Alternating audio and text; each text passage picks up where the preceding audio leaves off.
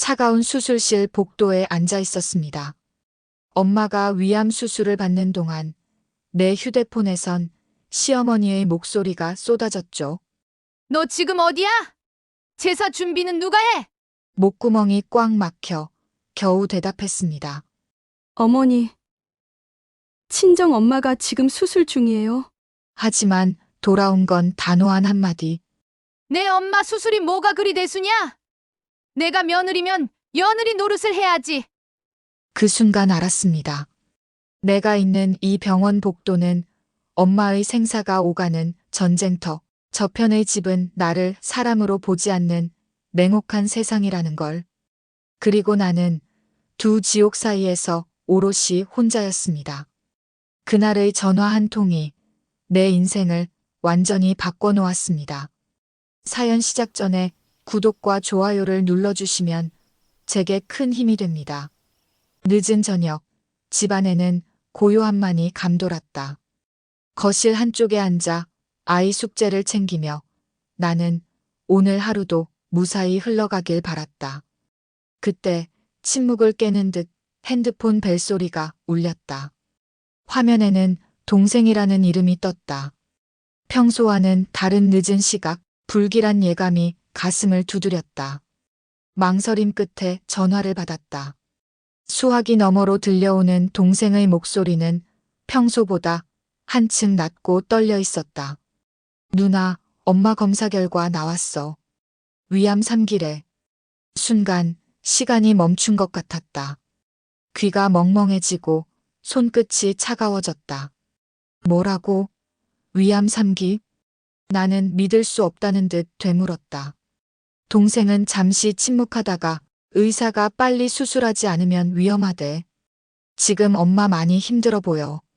목소리 끝에 울음이 묻어 있었다. 나는 핸드폰을 꼭 쥐고 거실 한복판에 멍하니 앉았다. 머릿속이 하얘지면서 어떻게 해야 할지, 무슨 말을 해야 할지 알 수 없었다. 엄마의 얼굴이 항상 건강하다며 웃던 모습이 한순간에 아득해졌다. 누나, 내일 병원에서 의사 설명 듣기로 했어. 올 수 있지? 동생의 목소리가 다시 들려왔다. 나는 간신히 갈게.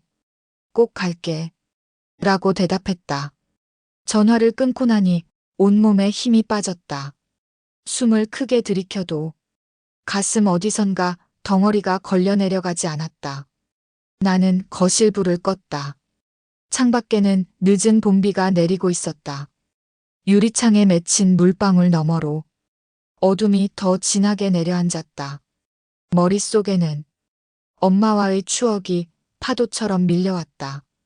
아플 때마다 내 이마를 짚어주던 손, 비 오는 날 우산 없이 학교 앞에 마중 나와주던 엄마. 그 엄마가 이제는 병원 침대 위에서 위암 3기라는 선고를 받고 있다는 사실이 믿기지 않았다. 나는 소파에 주저앉아 한참을 울었다. 소리내 울 수도 없고 그냥 두 눈을 감은 채 눈물이 볼을 타고 흘러내렸다. 엄마가 아프면 안 되는데. 아직 엄마랑 하고 싶은 게 많은데. 엄마 제발. 나는 그날 밤 잠을 이루지 못했다. 시계 초침 소리만이 밤의 정적을 쪼개고 있었다. 새벽이 되어도 눈을 감으면 엄마의 얼굴이 아른거렸다. 마치 어린 시절로 돌아간 듯 나는 엄마를 찾으며 속으로 끊임없이 되뇌었다. 엄마, 나 아직 준비 안 됐어. 엄마 없인 안 돼. 해가 떠오를 무렵 나는 결심했다. 내일 무슨 일이 있어도 엄마 곁을 지키겠다고. 아직 아무것도 달라진 것은 없었지만 그날 밤 내 마음 한구석에는 두려움과 슬픔 그리고 설명할 수 없는 죄책감이 조용히 자리 잡았다. 이렇게 내 인생의 균열은 한 통의 전화로 시작되었다. 엄마의 암 소식이 전해진 그날 밤 나는 좀처럼 잠들지 못했다. 새벽까지 뒤척이다가 겨우 동이 틀 무렵에야 잠시 눈을 붙였다. 아침이 되자마자 남편에게 엄마 소식을 전해야겠다는 생각에 조심스럽게 다가갔다. 남편은 언제나처럼 식탁에 앉아 신문을 보고 있었다. 나는 주방에서 조용히 커피를 내리고 머뭇거리며 말을 꺼냈다. 여보, 오늘 엄마가 위암 3기 판정을 받았대. 내 목소리는 떨렸다. 남편은 신문에서 눈을 떼지 않은 채, 암이라고? 짧게 되묻더니 잠시 후 신문을 탁 덮었다. 나는 뭔가 위로의 말, 괜찮아, 힘내라는 말을 기대했는지도 모른다. 하지만 남편의 입에서 나온 건 한숨뿐이었다. 돈은? 병원비는 어떻게 감당하려고? 수술비, 입원비. 그거 다 내가 부담할 거야? 그 순간 나는 가슴이 싸늘하게 식는 걸 느꼈다. 아직 자세한 건 잘 모르겠어. 내일 병원에서 의사 설명 듣기로 했어. 나는 조심스럽게 대답했다. 남편은 커피잔을 들고 한 모금 마시더니 당장 돈이 어디서 나냐고. 우리도 애 학원비에 대출 갚느라 빠듯해. 내 친정일까지 신경 쓰다 보면 우리 집안이 먼저 무너질지 몰라. 말끝에는 짜증이 묻어 있었다. 나는 아무 말도 할 수 없었다. 우리 집안, 내 친정일. 그 사이에 나는 어디에도 속하지 못한 존재가 되어 있었다. 남편은 다시 신문에 시선을 고정했다. 나는 조용히 식탁에 앉아 식은 커피를 바라보았다. 머릿속에는 내가 너무 큰 기대를 한 걸까? 남편도 내 슬픔을 조금은 함께 해줄 줄 알았는데 수많은 생각이 뒤엉켰다. 그날 하루 종일 나는 무거운 마음으로 집안일을 했다. 아이들 등교 준비를 시키고 남편의 넥타이를 매주고 아무렇지 않은 척 웃었다. 하지만 마음 깊은 곳에서는 깊은 고립감이 점점 커졌다. 나는 엄마를 잃을지 모른다는 두려움과 남편에게조차 의지할 수 없는 절망 사이에 홀로 서 있었다. 저녁이 되어 남편은 퇴근 후 TV 앞에 앉았다. 나는 다시 한번 조심스럽게 말을 꺼냈다. 내일 엄마 병원에 같이 가줄 수 있어? 남편은 고개를 저으며 말했다. 나 바빠. 회사에서도 눈치 보이고 내 친정일엔 내가 알아서 해. 난 못 간다. 그 짧은 대답에 나는 더 이상 아무 말도 할 수 없었다. 내 슬픔, 내 두려움, 내가 짊어진 가족의 고통이 남편에게는 그저 부담일 뿐이었다. 밤이 깊어가고 나는 거실 한쪽에 앉아 아무도 없는 텅 빈 공간을 바라보았다. 내 곁에 있어줄 줄 알았던 사람마저 나를 혼자 두는구나. 그 현실이 너무 쓰라렸다. 핸드폰을 쥔 손이 떨렸다. 엄마의 병실에 가서 함께 손을 잡아줄 사람이 나 자신뿐이라는 사실이 처음으로 실감났다. 나는 그 밤 속으로 조용히 다짐했다. 무너져도 울어도 이 고통은 내가 홀로 견뎌내야 할 몫이라는 것을. 그렇게 나는 또 한 번 혼자가 되었다.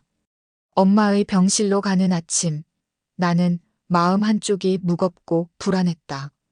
친정 식구들 앞에서는 애써 씩씩한 척했지만 속으로는 두려움과 외로움이 점점 커져만 갔다. 엄마가 위암 3기라는 사실을 받아들이기도 힘든데 앞으로 닥칠 현실이 더 막막했다. 병원 복도를 걷다가 문득 시댁에도 이 소식을 알려야겠다는 생각이 들었다. 남편의 반응이 차가웠던 만큼 시댁에라도 기댈 수 있을 거라는 아주 작은 기대가 남아 있었던 것 같다. 점심 무렵 화장실에서 조용히 시어머니에게 전화를 걸었다. 수화기 너머로 들려오는 시어머니의 익숙한 목소리. 나는 조심스럽게 말을 꺼냈다. 어머님, 저희 엄마가 위암 3기 진단을 받으셨어요. 당분간 병원에 자주 들러야 할 것 같아서 집안일에 조금만 양해해 주시면. 말이 끝나기도 전에 시어머니의 대답이 날아왔다. 그래, 근데 이번 달 제사 준비는 누가 할 거니? 그 말에 나는 한순간 숨이 멎는 듯 했다. 나는 잠시 말을 잊었다. 제사 준비. 지금 우리 엄마가 생사의 기로에 있는데 제사 밥상이 먼저인가? 속으로 외쳤지만 입 밖으로는 아무 말도 나오지 않았다. 시어머니는 계속해서 집안일이야 어쩔 수 없지만 제사만큼은 며느리가 챙겨야 해. 조상님 앞에 체면이 달린 일이니까. 라고 덧붙였다. 나는 억지로 네, 알겠습니다. 라고 대답했다. 눈가에는 눈물이 고였다. 전화기를 내려놓으며 우리 엄마 아픈 건 이 집안에선 그저 번거로운 일일 뿐이구나. 라는 생각에 가슴이 저릿해졌다. 남편에게도 다시 한번 기대를 걸어봤다. 여보, 시댁에 엄마 얘기했더니 제사 준비 걱정부터 하시네. 우리 엄마 수술 날이랑 겹칠 수도 있는데. 남편은 피곤한 얼굴로 어머니 입장에선 당연하지. 내가 며느리로서 해야 할 일은 해야지. 라고 잘라 말했다. 나는 더 이상 아무 말도 할 수 없었다. 며칠 뒤 시댁에 직접 인사를 드리러 갔다. 시어머니는 나를 보자마자 내 친정은 내 동생이 챙기면 되지. 넌 시댁 며느리니까 제사에 빠지면 안 된다. 라고 단호하게 말했다. 나는 속으로 엄마 생명보다 제사 밥상이 중요한 걸까? 라는 절규를 삼켰다. 시아버지는 그나마 큰일이구나. 내 친정이 힘들겠다. 라며 안타까워했지만 결국 집안의 분위기는 제사가 먼저라는 쪽으로 기울었다. 나는 시댁 마당을 나서며 하늘을 올려다봤다. 회색빛 구름 아래 내 마음도 무겁게 내려앉았다. 집으로 돌아오는 길 나는 조용히 울었다. 누구에게도 말하지 못할 슬픔, 누구도 알아주지 않는 외로움. 내가 기대고 싶었던 시댁마저 나를 가족이 아닌 그저 며느리로만 대하는 현실이 너무 서러웠다. 그날 밤 나는 엄마의 병실 앞에서 한참을 앉아 있었다. 창밖의 불빛이 흔들릴 때마다 내 마음도 휘청거렸다. 나는 어디에도 내 편이 없구나. 엄마가 아픈데도 나는 시댁의 제사 걱정부터 해야 하는 사람이구나. 이런 현실이 너무나 서글프고 서러웠다. 그리고 언젠가 이 벽을 넘어 내 인생을 지키고 싶다는 아주 작은 결심이 내 안에서 자라나기 시작했다. 며칠이 흘렀다. 엄마의 수술 일정이 잡히고 나는 더 마음이 조급해졌다. 매일 아침마다 친정과 시댁, 그리고 내 집을 오가며 하루가 어떻게 흘러가는지도 모를 만큼 바빴다. 내 마음 한구석에는 혹시나 하는 작은 기대가 남아 있었다. 시댁이라도 남편이라도 한 번쯤은 내 슬픔에 진심으로 공감해주지 않을까. 하지만 현실은 언제나 내 기대를 가볍게 뛰어넘어 냉정했다. 수술 전날 시댁에 들렀다. 시어머니는 주방에서 제사 음식 재료를 손질하고 있었다. 나는 조심스럽게 말을 꺼냈다. 어머님, 내일 엄마 수술이 있어서 병원에 좀 더 오래 있어야 할 것 같습니다. 제사 준비는 동서랑 상의해서 최대한 도울게요. 시어머니는 고개를 들지도 않은 채, 그래, 근데 제사상은 내가 직접 차려야지. 조상님 앞에 며느리 손길이 빠지면 체면이 안 선다. 단호한 목소리에 나는 숨이 막혔다. 시아버지는 그나마 내 쪽을 바라보며 큰일이구나. 내 친정이 많이 힘들겠다. 라고 위로했다.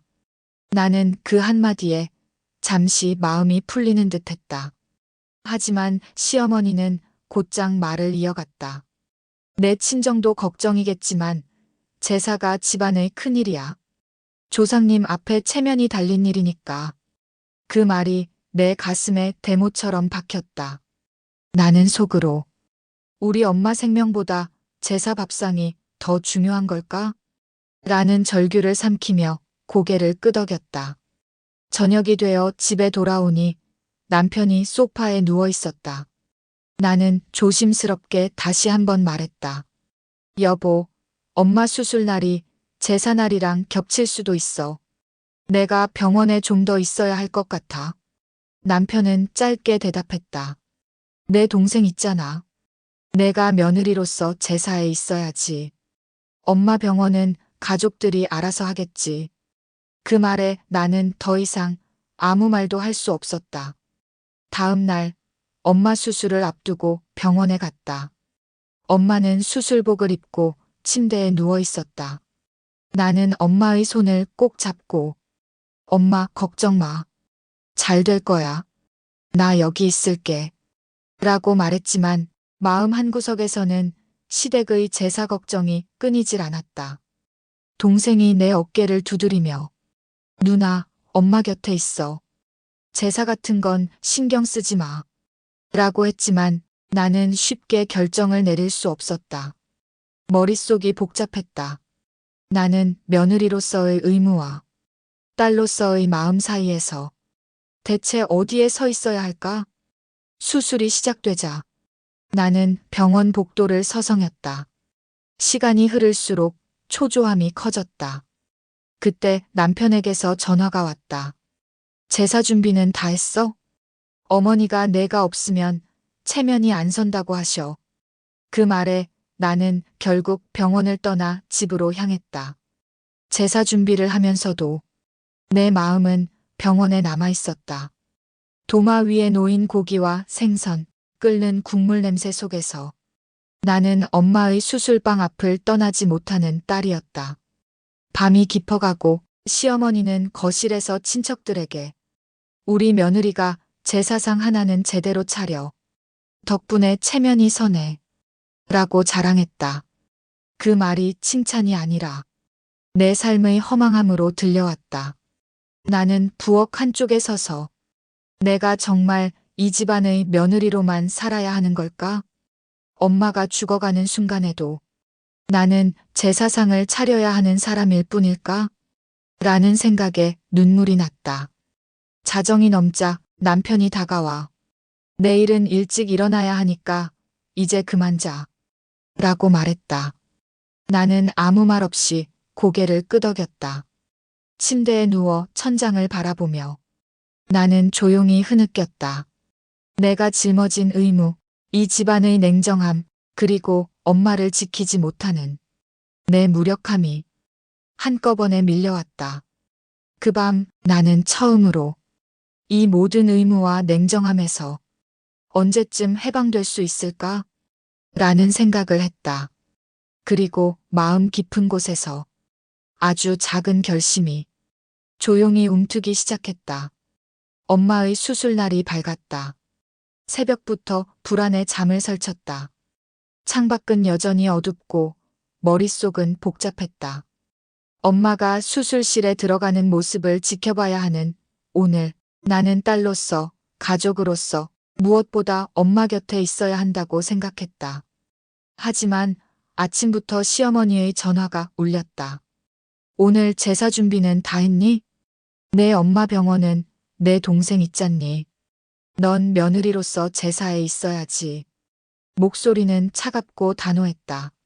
나는 잠시 침묵했다. 엄마가 수술을 받는 이 중요한 날, 나는 며느리라는 이유로 제사상 앞에 있어야만 하는 걸까?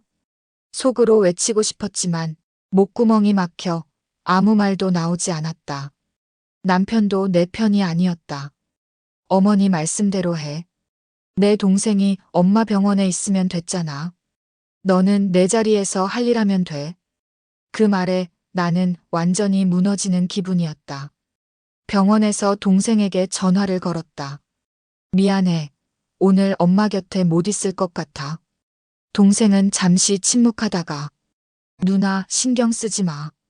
엄마는 내가 곁에서 지킬게. 누나도 힘들잖아. 라고 말했다. 그 한마디에 나는 눈물이 왈칵 쏟아졌다. 나는 무거운 발걸음으로 집으로 향했다. 제사 준비를 하면서도 머릿속에는 엄마의 수술실 모습만 맴돌았다. 칼질을 하다가도 국을 끓이다가도 엄마가 병원 침대 위에 누워있는 모습이 눈앞에서 떠나지 않았다. 시어머니는 거실에서 친척들에게 우리 며느리가 제사상 하나는 제대로 차려 덕분에 체면이 선다 라고 자랑했다.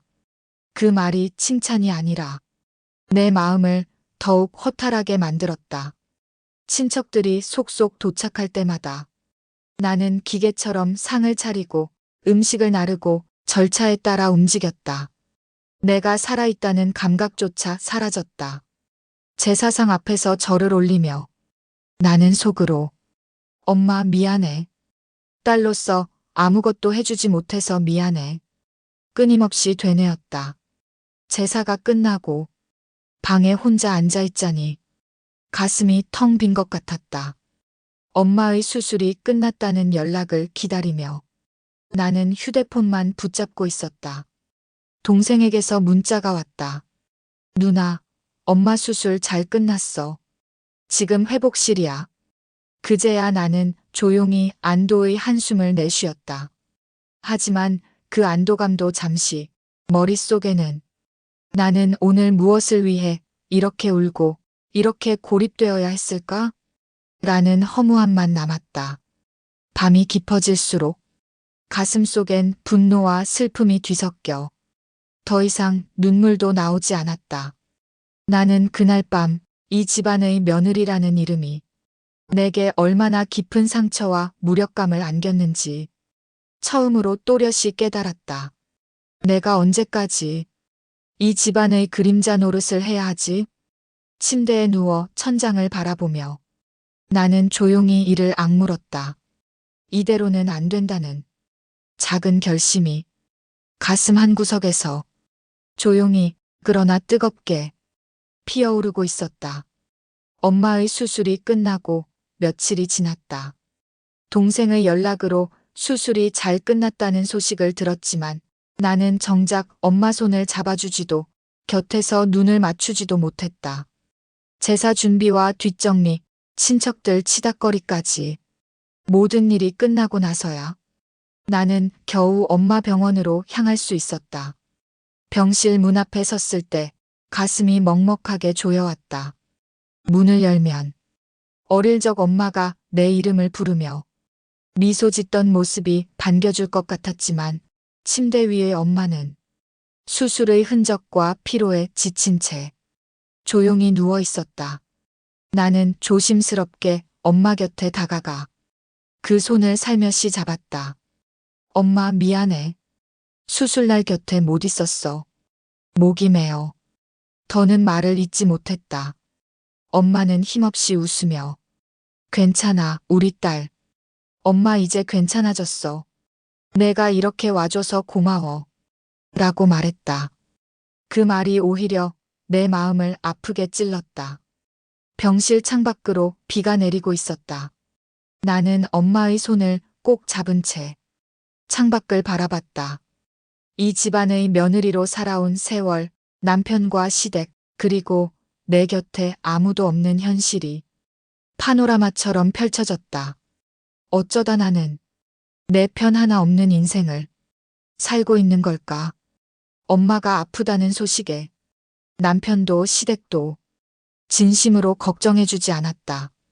제사라는 명분 아래 나는 가족이 아니라 그저 일하는 사람, 그림자에 불과했다. 엄마 곁에 앉아 나는 한참을 울었다. 엄마는 내 어깨를 토닥이며 이젠 다 괜찮아질 거야. 내가 이렇게 곁에 있으니 엄마는 든든하다. 라고 했다. 하지만 내 마음속에서는 텅 빈 허무함만이 서서히 자리를 잡고 있었다.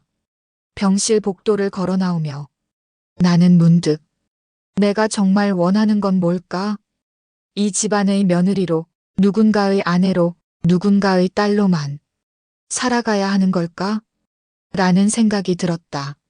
나는 처음으로 내 인생의 주인공이 되고 싶다고 간절히 바랐다.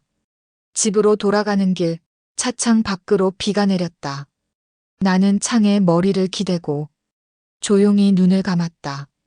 다시는 누구에게도 내 마음을 기대지 않겠다. 그날 밤 나는 슬픔도 분노도 모두 얼어붙은 듯 아무 감정도 느껴지지 않았다. 내 안에는 오직 텅 빈 허무함만이 남아 있었다. 제사날이 밝았다. 새벽부터 어김없이 부엌에 불이 켜졌다. 나는 기계처럼 몸을 움직였다. 고기와 생선을 손질하고 전과 나물을 굽고 무치고 끓는 국물 냄새에 눈이 맵고 목이 따가웠다. 머릿속에는 엄마 병원 창밖으로 내리던 비와 텅 빈 허무함만 가득했다. 시어머니는 이른 아침부터 제사상에 올릴 음식을 하나하나 꼼꼼히 점검했다. 너 이거 2번 삶았니? 저는 얇게 부칠했지? 조상님 앞에 내놓는 음식은 정성이 달라야 해. 나는 고개를 끄덕이며 묵묵히 칼질과 조리를 반복했다. 시간이 흐를수록 집안에는 음식 냄새와 분주한 발걸음 소리 그리고 복잡한 마음만이 점점 더 진해졌다. 점심 무렵 시어머니는 내게 다가와 친정은 괜찮으시니? 제사 준비는 내가 잘 챙기니 참 다행이다. 라고 말했다. 나는 억지로 미소를 지었다. 마음 한구석이 서늘하게 식어갔다. 오후가 되자 시댁 친척들이 하나둘 도착했다. 고모, 작은아버지, 사촌들까지 집안이 북적였다. 나는 그들 앞에서 더 열심히 움직였다. 누구 하나 내가 며칠 전까지 엄마 병실 앞에서 얼마나 울었는지 내 마음이 얼마나 비어있는지 알아주는 사람은 없었다. 시어머니는 친척들에게 우리 며느리가 제사상 하나는 제대로 차려 덕분에 체면이 선다니까 라고 뿌듯하게 말했다. 그 말이 칭찬으로 들리지 않았다. 오히려 내가 이 집안에서 제사상 하나 잘 차리는 며느리로만 존재하는 것 같았다. 친척들은 이 집안은 며느리 덕에 체면이 선다 하며 웃었다. 나는 그 웃음 뒤에 숨은 피곤함과 무관심 그리고 내 인생에 대한 무감각을 뼈저리게 느꼈다. 저녁이 되어 제사가 시작됐다. 나는 한복을 입고 상 앞에 앉아 절을 올렸다. 마음은 텅 비었고 손끝은 차가웠다. 절이 끝나자 시어머니는 친척들 앞에서 다시 한번 내 등을 두드리며 말했다. 우리 며느리 아니었으면 이 집안 제사상은 엉망이 됐을 거야. 나는 고개를 숙인 채 아무 말도 하지 않았다. 밤이 깊어갈수록 집안은 시끌벅적했다. 술잔이 오가고 웃음소리가 터졌다. 하지만 내 마음은 점점 더 멀어졌다. 나는 부엌 한쪽에 앉아 식은 전과 나물, 기름에 절은 손을 바라보았다. 나는 누구를 위해 이렇게 살아가고 있는 걸까? 제사라는 이름 아래 내 인생, 내 감정, 내 가족조차 모두 뒷전이 되어버린 현실이 서글프고 참담했다. 그날 밤 나는 방 한구석에 앉아 오랫동안 잠들지 못했다. 창밖에는 달빛도 없이 깊은 어둠만이 세상을 덮고 있었다. 이 집안의 며느리로 언제까지 살아야 할까? 내 마음속에는 작고 차가운 결심이 조용히 자라고 있었다. 제사 준비는 끝났지만 내 마음은 여전히 무거웠다. 친척들이 거실에 모여 앉아 술잔을 주고받고 있을 때 나는 부엌에서 설거지를 하고 있었다. 손끝의 기름기와 찬물의 감촉이 내 현실처럼 서늘했다. 설거지통 앞에 서서 한숨을 내쉬는데 시어머니의 목소리가 거실에서 또렷하게 들려왔다. 우리 며느리 제사상 하나는 기가 막히게 차려. 근데 내 친정 엄마가 아프다더라. 그렇다고 며느리 노릇을 소홀히 하면 안 되지. 시댁 제사가 먼저야. 이건 집안의 체면 문제거든. 그 말에 친척들 몇몇은 애써 웃으며 맞장구를 쳤다. 요즘 젊은 사람들 며느리 노릇 잘 안 하던데. 역시 며느리는 다르네. 맞아, 맞아. 가정사보다 시댁일이 우선이지. 그 말들이 내 등 뒤로 비수처럼 날아들었다. 나는 그 자리에 얼어붙었다. 손에 들고 있던 그릇을 놓칠 뻔했다. 가슴이 꽉 막혀 숨을 쉴 수 없었다. 내가 부엌 한쪽에서 혼자 고개를 숙이고 있는 동안 거실에서는 내 이야기를 두고 사람들이 아무렇지 않게 웃고 있었다. 내 친정 엄마가 병원에 누워 있는데 나는 며느리 노릇을 잘한다는 이유로 이렇게 공개적으로 모욕을 받아야 하는 걸까? 나는 겨우 설거지를 마치고 거실을 지나 방으로 들어갔다. 문을 닫고 이불을 뒤집어 쓰고 조용히 울었다. 시어머니의 말이 귓가에 맴돌았다. 내 친정도 중요하지만 시댁 제사가 먼저야. 나는 속으로 소리쳤다. 엄마가 죽어가는데 제사상이 더 중요하단 말입니까? 내가 누구의 딸인지, 누구의 며느리인지, 이 집안에서 나는 도대체 어떤 존재입니까? 하지만 그 분노와 슬픔은 그저 내 안에서만 맴돌 뿐이었다. 누구도 내 편이 되어주지 않았다. 남편도 시댁 식구들도 모두가 당연하다는 듯 내가 시댁의 며느리로서 모든 것을 희생하길 바랐다. 밤이 깊어가고 나는 방 한구석에 앉아 고요한 어둠 속에서 스스로를 다독였다. 나는 언젠가 이 굴레를 벗어날 수 있을까? 내가 누구의 며느리, 누구의 딸이 아니라 나로서 살아가는 날이 올 수 있을까? 그날 밤 내 안에서 무언가가 서서히 무너지는 소리를 들었다. 모욕과 분노, 그리고 깊은 슬픔이 조용히 내 심장을 파고들었다. 제사가 끝나고도 집안은 한동안 부산스러웠다.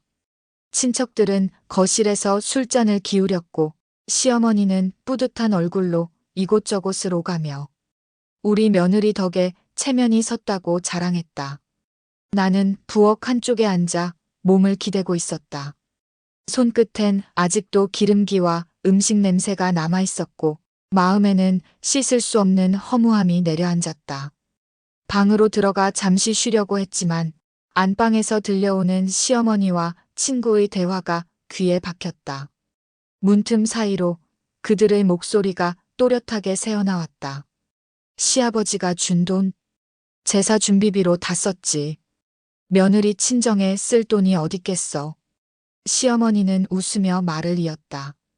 며느리 친정 엄마 병원비라는데 우리 집안 제사가 더 급하지. 내가 그 돈을 왜 거기다 써? 그 말에 상대방도 당연하지. 며느리는 며느리지. 뭘 더 바래. 라고 맞장구 쳤다. 순간 내 가슴이 쿵 하고 내려앉았다.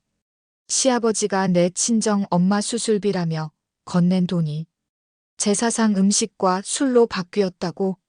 나는 믿을 수 없다는 듯 문턱에 주저앉았다. 손끝이 떨렸다. 얼마 전 시아버지는 내 친정이 어렵다니 이 돈으로 엄마 병원비에 보태거라 라며 두툼한 봉투를 내 손에 쥐어줬다. 나는 그 돈을 시어머니에게 건넸다.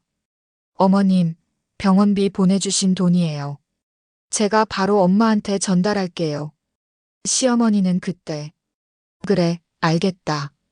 내가 챙겨서 보내줄 테니 제사 준비부터 하라. 고 했다. 나는 그 말을 믿었다. 내 친정 엄마가 아파서 한푼이 급한 상황에 시댁에서 도와주겠다던 그 돈이 고스란히 제사상 음식과 술로 사라진 것이다. 머릿속이 하얘졌다. 분노와 충격 그리고 배신감이 한꺼번에 밀려왔다. 이 집에서 나는 그저 제사상 하나 잘 차리는 며느리, 내 가족의 고통쯤은 아무렇지 않게 무시당하는 존재였구나. 나는 조용히 방문을 닫고 이불을 뒤집어 썼다. 온몸이 떨렸다. 눈물이 쏟아질 것 같았지만 이상하게도 눈물조차 나오지 않았다. 그저 가슴 한가운데가 텅 빈 구멍처럼 뚫려 차가운 바람만 스며드는 느낌이었다. 밖에서는 여전히 시어머니와 친척들의 웃음소리가 집안을 채웠다. 나는 점점 이 집안에 벽이 쌓여가는 것을 느꼈다. 아무리 몸을 바쳐도 내 마음, 내 슬픔, 내 가족은 이 집안에서는 단 한 번도 진짜로 받아들여진 적이 없었다. 이제는 무언가가 완전히 무너진 것 같았다. 돌이킬 수 없는 선을 넘어버렸다는 예감이 내 안에서 뜨겁게 일렁였다. 그날 밤 방에 홀로 앉아 있었다. 불을 끄고 이불을 뒤집어 쓴 채 나는 오랫동안 아무 생각도 하지 못했다. 몸은 지쳐 있었고 가슴은 텅 비었다. 눈을 감으면 엄마의 창백한 얼굴과 안방에서 들려오던 시어머니의 목소리가 번갈아 떠올랐다. 시아버지가 준 돈, 제사 준비비로 썼지. 며느리 친정에 쓸 돈이 어딨겠어. 그 말이 머릿속을 떠나지 않았다. 나는 베개를 껴안은 채 한참을 멍하니 천장을 바라봤다. 분노, 슬픔, 억울함, 모든 감정이 한꺼번에 밀려와 가슴이 아린데도 이상하게 눈물이 나오지 않았다. 울고 싶었다. 소리내 울며 이 모든 억울함과 고통을 쏟아내고 싶었다. 하지만 내 안의 눈물샘은 이미 메마른 것처럼 아무것도 나오지 않았다. 나는 손등으로 두 눈을 문질렀다. 차갑고 메마른 감촉만이 남았다. 이 집안에서 나는 언제까지 이런 그림자 노릇을 해야 하지? 내가 아무리 노력해도 진심이 닿지 않는 곳, 내 슬픔은 번거로움일 뿐이고 내 가족의 아픔은 제사상 한 번 차리는 일보다 가벼운 취급을 받는 곳. 그제야 나는 모든 게 명확해졌다. 내가 이 집안에서 진짜 가족이었던 적이 있었던가? 나는 늘 며느리, 누군가의 아내, 누군가의 딸, 누군가의 엄마로만 존재해온 게 아니던가. 슬픔이 분노로, 분노가 다시 냉기로 변했다. 내 마음 깊은 곳에서 무언가가 서서히 굳어졌다. 이제는 울지 않겠다. 울어도 아무도 내 곁에 손 내밀어주지 않으니까. 나는 이불을 단단히 움켜쥐었다. 몸이 떨렸지만 그 떨림이 더 이상 두려움이나 슬픔에서 오는 게 아니라는 걸 알았다. 이제는 내가 나를 지켜야 할 때라는 사실을 처음으로 또렷이 느꼈다. 밤은 깊어가고 집안은 여전히 조용했다. 나는 창밖을 바라보았다. 도시의 불빛이 멀리 깜빡였다. 그 불빛을 바라보며 나는 속으로 조용히 다짐했다. 이제부터는 더 이상 무너지고 울며 애원하지 않겠다. 내 안의 눈물은 이제 얼음처럼 차갑게 굳어버렸다. 나는 다시 한번 이불 속에서 긴 숨을 내쉬었다. 그리고 아주 작게, 그러나 단단하게 속삭였다. 내가 언제까지 이 집안의 그림자 노릇을 해야 하지? 이제는 내 인생을 내 손으로 지킬 때가 온 것 같다. 밤새 뒤척이다가 겨우 잠이 들었다. 아침이 밝아오자 집안에는 여전히 제사의 흔적이 남아 있었다. 식탁 위에는 식은 음식들, 부엌에는 쌓여있는 그릇들, 거실에는 아직도 술 기운에 얼굴이 붉어진 시아버지와 남편, 그리고 시어머니의 목소리가 가득했다. 나는 기계적으로 몸을 움직였다. 음식물을 정리하고 그릇을 씻고 바닥을 쓸었다. 마치 내 감정도 내 존재도 모두 무감각해진 것처럼. 하지만 내 마음속에는 전날 밤의 차가운 결심이 또렷하게 살아있었다. 더는 무너지고 울며 애원하지 않겠다. 이 지독한 인연의 끝은 내가 맺겠다. 부엌 창문 너머로 아침 햇살이 비쳤다. 나는 그 빛을 바라보며 스스로에게 다시 한번 다짐했다. 내가 원하는 삶, 내가 지키고 싶은 가족, 내가 사랑하는 사람들, 그 모든 것의 중심에 이제는 나 자신이 있어야 한다. 제사 뒷정리를 하면서도 마음 한구석에서는 이 집안의 며느리라는 이름이 더 이상 내 삶의 전부가 아니어야 한다는 생각이 점점 더 확고해졌다. 남편이 부엌으로 들어와 오늘은 좀 쉬어. 어제 고생 많았잖아. 라고 말했다. 그 한마디에 나는 허탈하게 미소 지었다. 고생이라니. 내가 지금까지 해온 모든 고생이 이 한마디로 끝나는 걸까? 남편의 뒷모습을 바라보며 나는 더 이상 그에게 기대지 않기로 마음먹었다. 점심 무렵 시어머니가 부엌에 들어와 다음 달에도 제사가 있으니 조금씩 준비해두자 라고 말했다. 그 말에 나는 더 이상 아무 대답도 하지 않았다. 이제는 내 인생을 내 손으로 지킬 때가 온 것 같다. 나는 부엌 창가에 서서 창밖을 오래 바라보았다. 그동안 내 삶을 가둬왔던 모든 벽과 굴레, 관습과 체념이 조금씩 허물어지는 것을 느꼈다. 나는 더 이상 이 집안의 그림자 노릇을 하지 않겠다. 내가 원하는 삶, 내가 지키고 싶은 사람들, 내가 사랑하는 가족, 그 모든 것의 중심에 이제는 나 자신이 있을 것이다.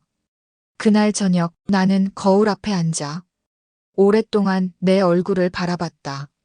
지쳐있지만 어딘가 단단해진 눈빛, 더 이상 흔들리지 않는 입술. 이 집안의 며느리로서 내가 할 수 있는 일은 여기까지다. 스스로에게 말하며 나는 아주 작게 미소를 지었다. 그리고 내 안에서 아주 작은 불씨가 조용히 타오르기 시작했다. 나는 내 인생을 내 손으로 끝까지 지켜낼 것이다. 이 결심이 곧 내 삶의 새로운 시작이 될 것임을 나는 분명히 느꼈다. 제사상 앞에 다시 앉는 순간 나는 예전과는 달라진 자신을 느꼈다.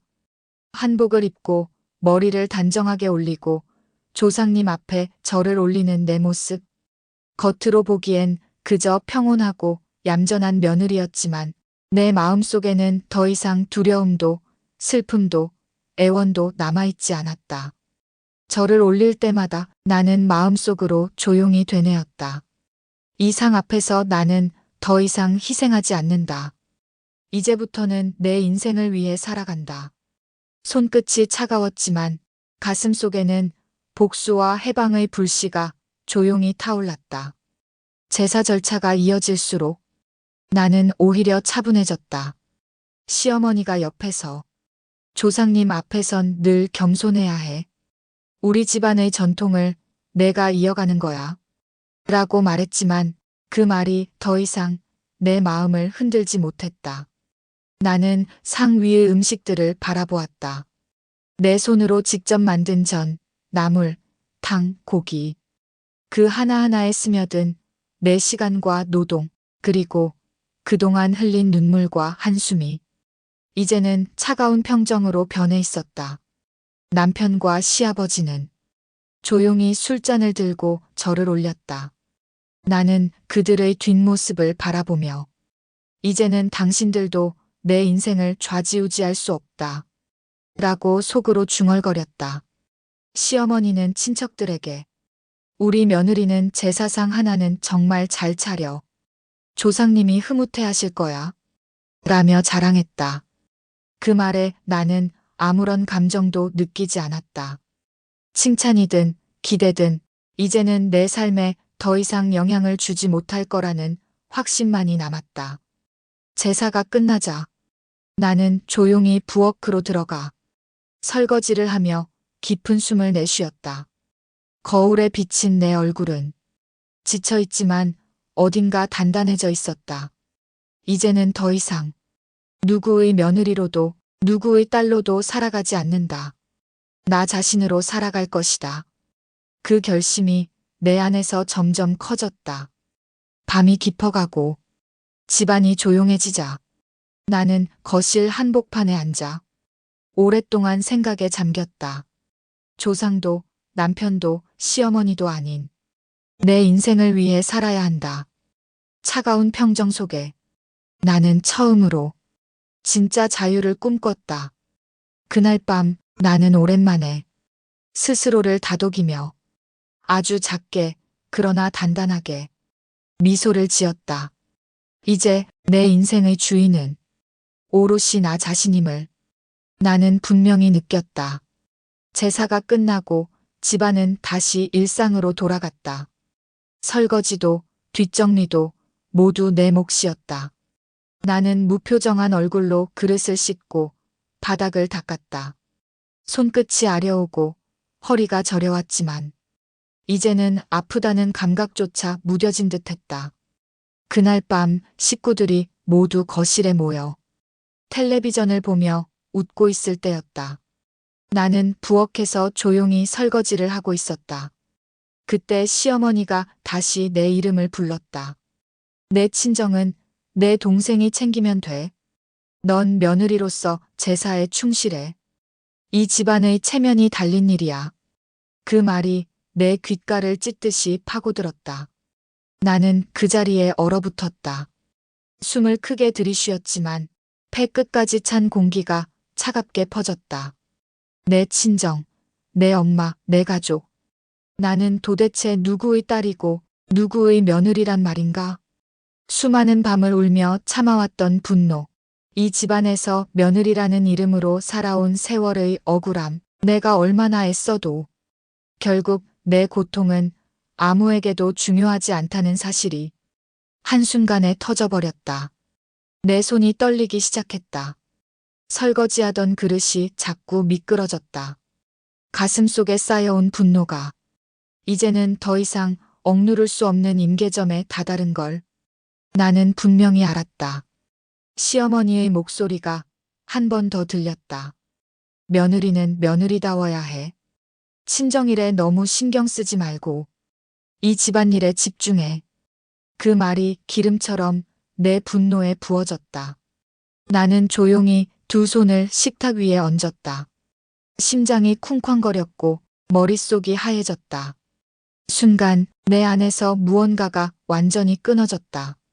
나는 천천히 거실로 걸어 나갔다. 식구들은 모두 내 쪽을 바라봤다. 남편, 시아버지, 시어머니, 친척들까지 모두가 일순간 조용해졌다. 나는 그 자리에서 한참을 아무 말 없이 서 있었다.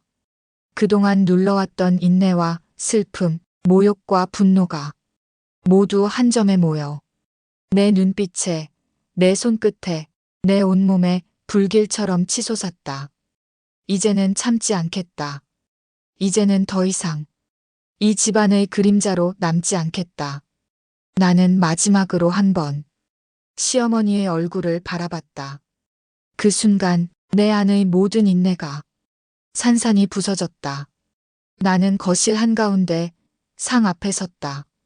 주변의 모든 시선이 내게로 쏠렸다. 남편은 놀란 표정으로 나를 바라봤고 시어머니와 시아버지, 친척들 모두가 숨죽인 채 내 움직임을 지켜봤다. 손끝이 떨렸다. 가슴 깊은 곳에서부터 뭔가 뜨겁게 치밀어 올랐다. 그동안 쌓이고 쌓인 분노와 슬픔, 억울함과 무력감이 한꺼번에 폭발하는 기분이었다. 나는 천천히 그러나 단호하게 제사상 앞으로 다가갔다. 상 위에는 내가 직접 만든 전과 나물, 손끝에 피멍이 들도록 묻히고 붙인 음식들, 조상님을 위한 술잔과 밥그릇이 가지런히 놓여 있었다. 이 음식이 정말 조상의 혼을 위하는 상일까? 아니면 이 집안의 체면과 허세, 그리고 며느리라는 이름에 나를 가두는 족쇄일 뿐일까? 나는 마지막으로 한 번 상 위의 음식들을 천천히 바라봤다. 그 모든 것에 내 지난 세월이 녹아 있었다. 하지만 그 시간 동안 나는 단 한 번도 내 인생의 주인이었던 적이 없었다. 손을 들어 상 가장자리를 움켜쥐었다. 심장이 미친 듯이 뛰었고 손끝에 힘이 잔뜩 들어갔다. 쾅! 상은 힘없이, 그러나 분명하게 거실 바닥으로 엎어졌다. 그릇이 깨지는 소리, 국물이 사방으로 튀는 소리, 친척들이 놀라 숨을 들이키는 소리, 모든 소리가 한순간에 정적을 가르고 터져나왔다. 나는 떨리는 목소리로 외쳤다. 조상이 사람 목숨보다 소중합니까? 제사상은 다시 차리면 됩니다. 하지만 제 엄마의 목숨은 잃으면 끝이에요. 내 말은 거실을 가득 메운 침묵을 뚫고 울려 퍼졌다. 분노와 슬픔이 뒤섞인 목소리, 누구도 막을 수 없는 선언이었다. 시어머니의 얼굴은 순식간에 굳어버렸다. 남편은 아무 말도 못한 채 주저앉았다. 친척들은 어쩔 줄 몰라 서로를 바라봤다. 나는 마지막으로 모두를 둘러봤다. 그들의 눈에는 놀라움, 당혹스러움, 그리고 어쩌면 두려움마저 서려 있었다. 나는 단호하게 말했다. 이제 더는 며느리라는 이름으로 제 인생을 짓밟게 두지 않겠습니다. 문을 박차고 집을 나왔다. 밤 공기가 차갑게 몸을 감쌌지만 내 가슴은 오히려 뜨겁게 뛰고 있었다. 택시를 잡아타며 나는 목적지를 또렷하게 말했다. 이후대학병원 응급실이요. 차창 밖으로 어둠이 쏜살같이 스쳐 지나갔다. 처음으로 두려움이 아닌 해방감을 느꼈다. 이제부터는 내 인생을 내 선택으로 살아간다. 그리고 엄마 곁을 지킨다. 병원 문 앞에 내리자 아직 켜져 있는 불빛이 보였다. 나는 그 불빛을 보며 참아왔던 눈물을 흘렸다. 이번엔 슬픔이 아니라 엄마 곁으로 달려갈 수 있다는 안도와 결심의 눈물이었다. 이제 나는 내 인생의 주인공이 되기로 했다. 조상도 남편도 시어머니도 아닌 내가 나를 위해 처음으로 선택한 밤이었다. 나는 결국 두 지옥 사이에서 더 이상 아무것도 참고 견디지 않기로 결심했습니다. 누구의 며느리, 누구의 딸이 아닌 오롯이 나로서 살아가는 길을 택했습니다. 이제 나는 더 이상 누구의 며느리도 누구의 딸도 아닌 내 이름으로 살아가기로 결심했다. 모든 인내와 눈물이 얼어붙던 그 순간 나는 비로소 내 삶의 주인이 되었다. 누구도 대신해주지 않는 내 인생. 이제는 남의 시선, 남의 기대가 아니라 내 마음과 용기로 한 걸음 내딛는다. 이 이야기는 말합니다. 누구의 희생도 당연하지 않다는 것, 진짜 가족과 사랑은 나를 존중해주는 마음에서 시작된다는 것. 그리고 당신 역시 더 이상 남을 위해만이 아닌 스스로를 위해 살아갈 자격이 충분하다는 것을. 오늘 나는 내 인생의 주인공으로 새로운 길을 걷기 시작합니다. 당신도 당신만의 삶을 선택할 수 있기를 바랍니다. 오늘의 사연 재미있게 보셨나요? 듣고 싶은 사연이 있다면 댓글로 남겨주세요. 오늘도 사연을 함께 해주셔서 감사합니다.